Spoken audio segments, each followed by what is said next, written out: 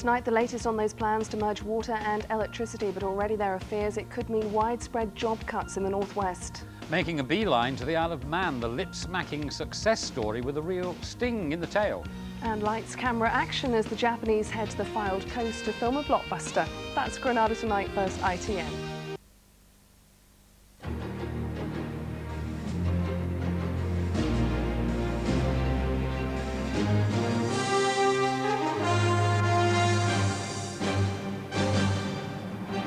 From the studios of ITN, the news with John Souchet.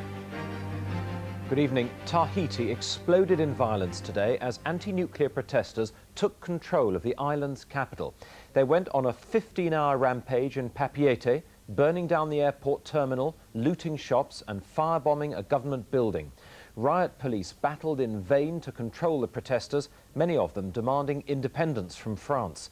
Today, France sent in paratroopers and foreign legionnaires. Joe Andrews reports from Tahiti. This was a swift, violent and enormously destructive answer to the question of just what France's nuclear test would cost President Chirac. It started in the morning when 500 demonstrators broke onto the airport runway, determined to close it. As tourists tried to board an international flight, police and demonstrators started to beat each other up.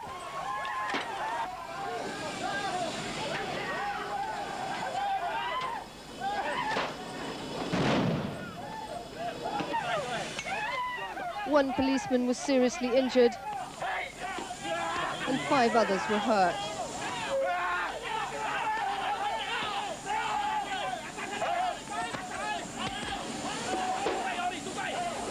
The rioters then moved into the airport terminal and started to smash up everything.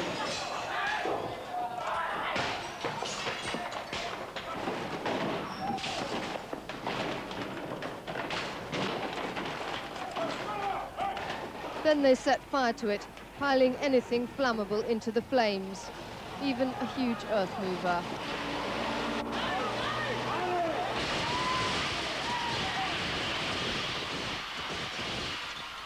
The riot police replied with round after round of percussion bombs and tear gas. It did nothing to deter the rioters. They retreated only briefly. These people are angry about the French tests, but this protest is as much a fight for their independence as it is anger at the French military at Mururoa. The Polynesian people have been pacifist and calm for many years, for 17 years, and we've had enough of it. It can't go on anymore. During the 12 hours that followed, this developed into a series of running battles, with each side retreating and making small gains. At times, the police here were obviously nervous, and the French authorities have admitted they were woefully ill-prepared for this. In Tahiti, there are only 170 riot police. More are now on their way. Throughout the day, cars were looted and set alight.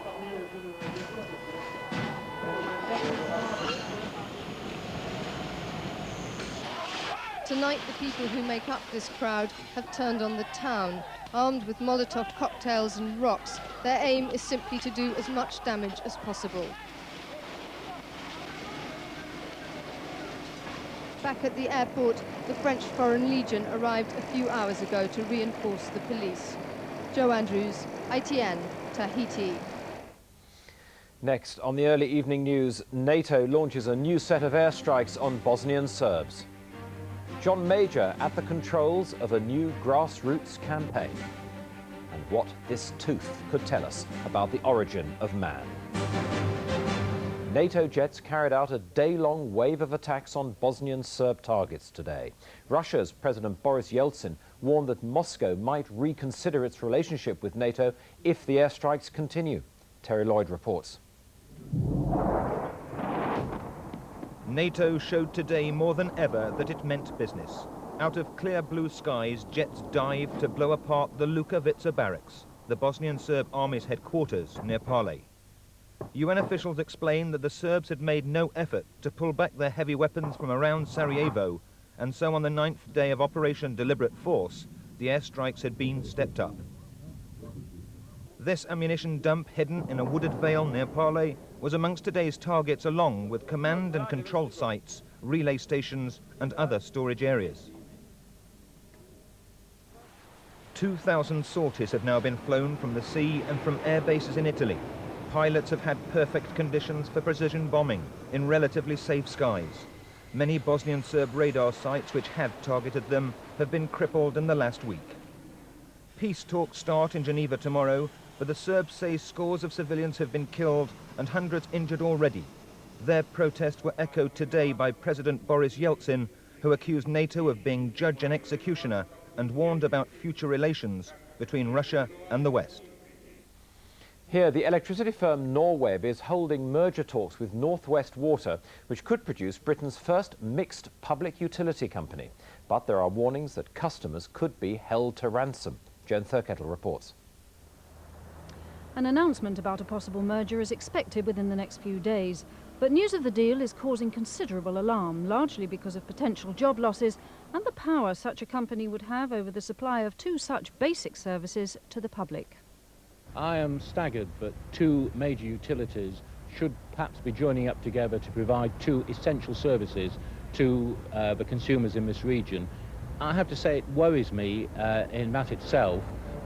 Customers could perhaps be held almost to ransom at the end of the day. And the outlook for staff? The whole point of a merger is to cut costs and rationalise. You don't need two head offices, for example. There will be redundancies. So what's in it for the companies? Norweb has plenty of cash. North West Water has a huge investment programme which it needs to fund. With a centralised base and one group of employees operating both services, the savings and the potential for profits could be enormous. Tonight, British Gas Chairman Cedric Brown ignited further controversy.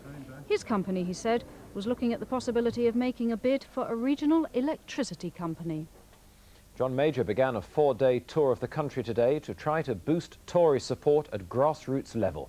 But Labour attacked the campaign as the 16th attempt to relaunch the Prime Minister since the general election. Our political editor, Michael Brunson, reports. John Major in a flight simulator at Luton Airport. No, he didn't crash or even have a bumpy ride.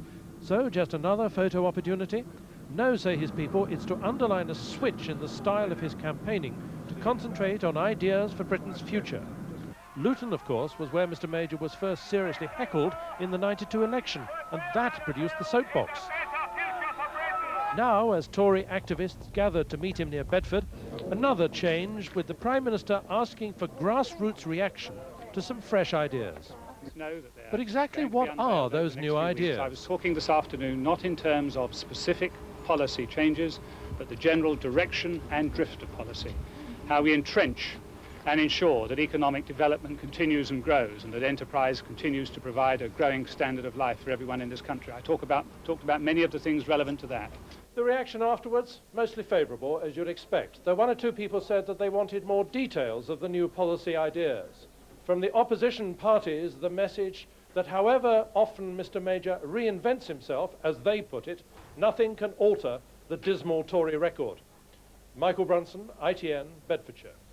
The government today dismissed Labour plans to end age discrimination in the workplace as an electoral gimmick. Labour has promised that if it wins the next election, it'll make it illegal for firms to turn down someone for a job because of their age. Our political correspondent, Jackie Ashley, reports. Some companies, like Tesco here, already make an effort not to discriminate on grounds of age when hiring staff. But that's unusual. Now many workers are finding themselves unemployable at 50 or even earlier.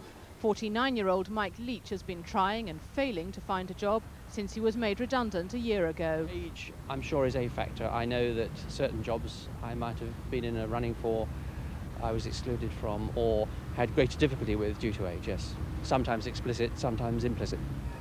Labour would bring in legislation to tackle the problem. What we want is to have full employment, everybody to have a chance of a job, and fair employment, nobody discriminated against when they go for a job. What we have established over many years is that the more and more you require compulsion on employers, the more and more you actually have a negative effect rather than that which you're trying to achieve. Groups representing older people claim Labour's plan is a vote winner, but employers' organisations are unimpressed. They say businesses should be able to recruit who they want. Jackie Ashley, ITN, Westminster. Health news. Doctors are warning that a form of food poisoning found in undercooked burgers could prove deadly to children. And a new report says the strain, which attacks the kidneys, is becoming increasingly common. Andrew Bomford reports. The end of a long hot summer's barbecuing, and doctors are warning of a virulent type of food poisoning caused by undercooked beef burgers. It's called VTEC. It can cause kidney failure and sometimes kills. In the last decade, VTEC poisoning cases have gone from just a handful a year to more than 600. Children are most susceptible. 150 a year suffer kidney problems and 8 children die annually. VTEC particularly can cause kidney failure, and there have been deaths from all types of food poisoning bacteria. But only 2 of the big supermarket chains follow government guidelines on their packaging and warn customers to cook beef burgers thoroughly. There is a limited amount of space on food labels, and this is why we've been working as an industry with environmental health officers to mount a campaign to provide information. Best advice is acquire a taste for well-done beef burgers. O.J. Simpson's defense lawyers are calling it a major victory which could lead to the collapse of America's most celebrated trial. A leading detective asked in the witness box whether he had planted evidence against Simpson chose to remain silent by pleading the Fifth Amendment. Charlotte Hume reports. Detective Mark Furman, a key prosecution witness, today threw the whole trial into turmoil. For months, the defense team has claimed that Furman framed Simpson out of racist motives.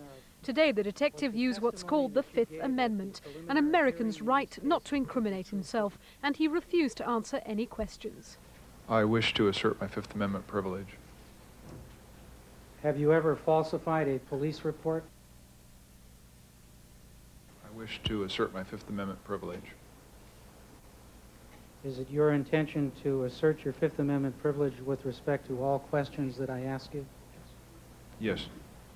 5 months ago in court, Furman swore he'd discovered a blood-stained glove on O.J. Simpson's property, crucial evidence linking the actor to the double murder. Simpson's defense team say his silence is damning. We have demonstrated throughout our case that we have an innocent client wrongfully accused. And so as we left to come down here, O.J. Simpson had tears in his eyes. Possibly tears of relief. With one key witness against him now silent, the trial against O.J. Simpson appears to be faltering. Here, archaeologists in West Sussex have got their teeth into a new project. They've made what could be one of the most important discoveries ever. A human tooth, 500,000 years old. Anya Sitharam reports. The tooth is 1.5 times larger than a modern human tooth. Around the base of the tooth there's tartar build-up, which probably contains food and bacterial debris, which we'll study. And these marks down the root indicate to us that the person, the owner of this tooth, suffered from very severe toothache whilst this tooth was still in the jaw. The tooth was found here, nearly a metre below the level where the original shin bone was found, suggesting it belonged to someone who'd lived 200 years before. Boxgrove man's shin bone has been subjected to a battery of high-tech tests. Even the inside has been scanned. Paleontologists have established that he weighed over 13 stone, was 6 feet tall, and was a hunter. At the site, archaeologists have found the butchered remains of rhinoceroses and horses, and over 120 flint hand axes. The tooth on its own is important, but the major importance of this site is what it tells us, not just about the species these people belong to, but what they were doing, how they were living. Adult teeth come in sets of 32. There's every chance that more teeth or even a jaw could be found. Anya Sitharam, ITN, West Sussex. Finally, school began in earnest today for Prince William. The cameras were there again. He faced them this time without his parents. Earlier, he had the more difficult task of putting on the traditional Eton collar and tie. Vernon Mann reports. To the rest of the new boys, he was just William. To the media, it was the first time the future king had appeared in traditional Eton garb and their last chance to officially film him. The prince shyly laughed and joked with his new housemates as he walked from Manor House, where he's now boarding, to the college in the uniform that Etonians have worn since 1850. I think he'd be proud to wear it, but, you know, some of the boys do find the stiff collars a little bit uncomfortable at times. The prince, though, was showing no discomfort as the media took one last lingering look before packing their cameras. They promised to leave him alone from now on. So the Prince William show is now over. Behind the walls, away from the media, he's been having his first lessons. But it wasn't all work. Rugby and football trials were scheduled for the new boys today on those famous playing fields. Vernon Mann, ITN at Eton College. The main news is the rioting in Tahiti until 5:40 tomorrow. Bye-bye.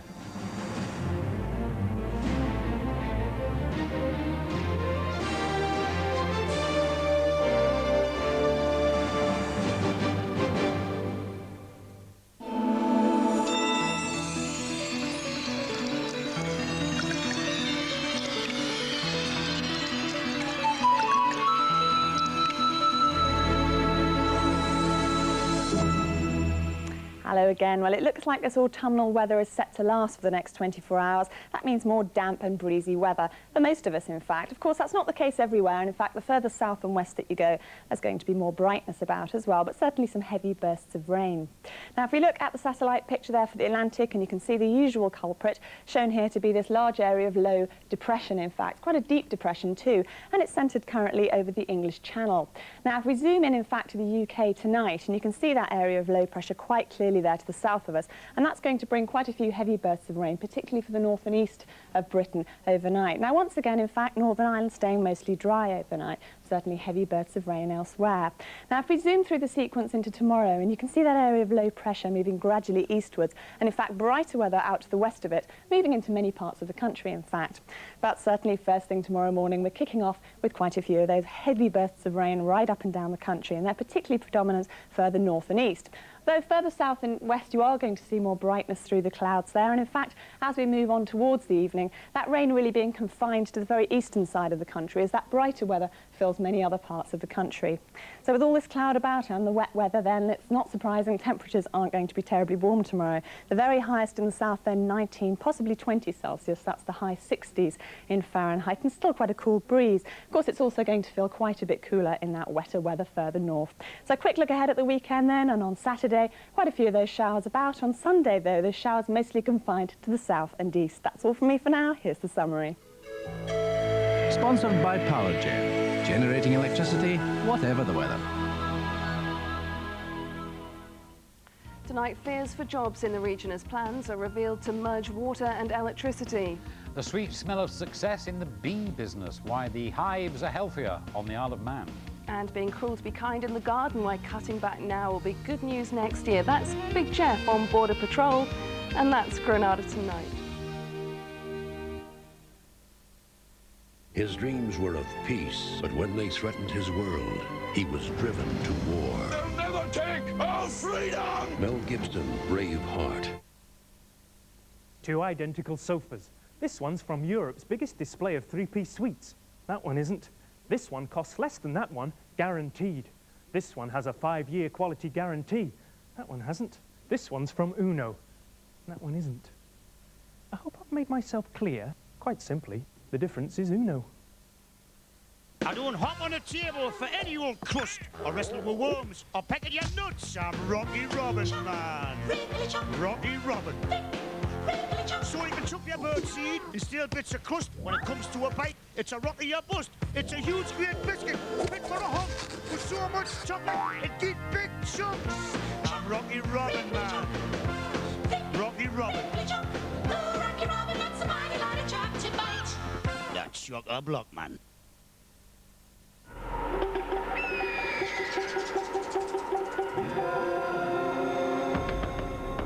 The actual size of a Jolly Rancher candy is 2 centimeters by 2 centimeters square.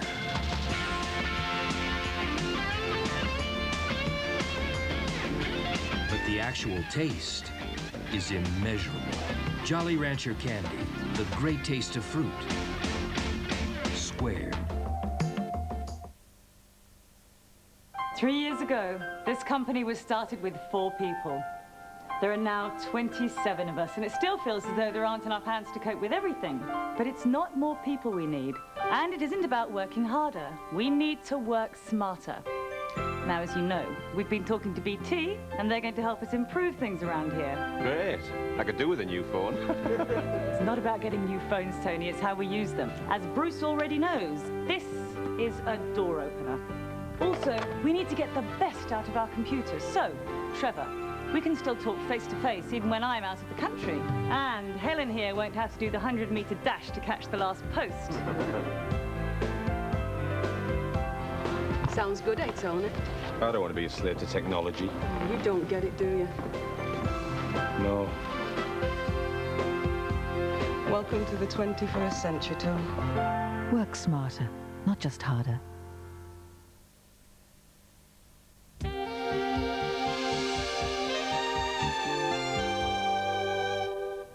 The Merseyside Venture Trust organises outdoor activities for young people and adults in the Merseyside area.